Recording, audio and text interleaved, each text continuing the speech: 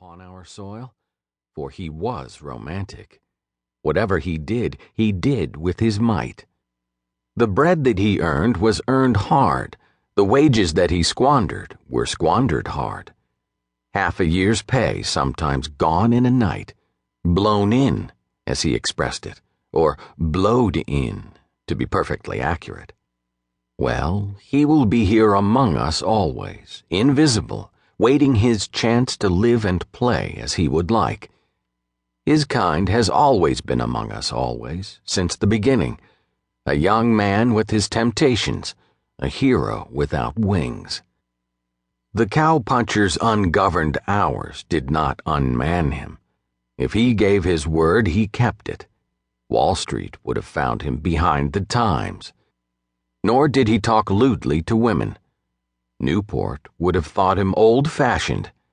He and his brief epoch make a complete picture, for in themselves they were as complete as the pioneers of the land or the explorers of the sea.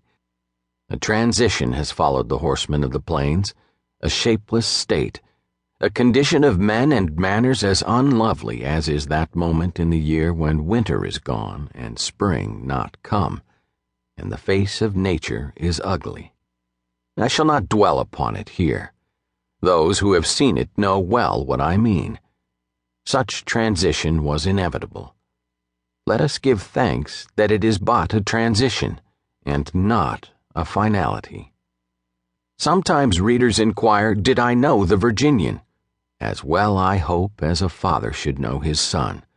And sometimes it is asked, was such and such a thing true? Now to this I have the best answer in the world.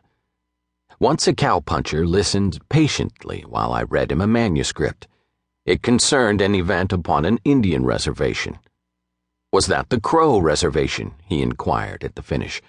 I told him that it was no real reservation and no real event, and his face expressed displeasure.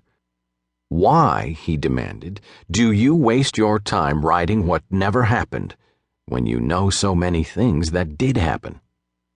And I could no more help telling him that this was the highest compliment ever paid me than I have been able to help telling you about it here. Charleston, South Carolina, March 31st, 1902. 1. Enter the man. Some notable sight was drawing the passengers, both men and women, to the window, and therefore I rose and crossed the car to see what it was. I saw near the track an enclosure, and round it some laughing men, and inside it some whirling dust, and amid the dust some horses, plunging, huddling, and dodging. They were cow ponies in a corral, and one of them would not be caught, no matter who threw the rope.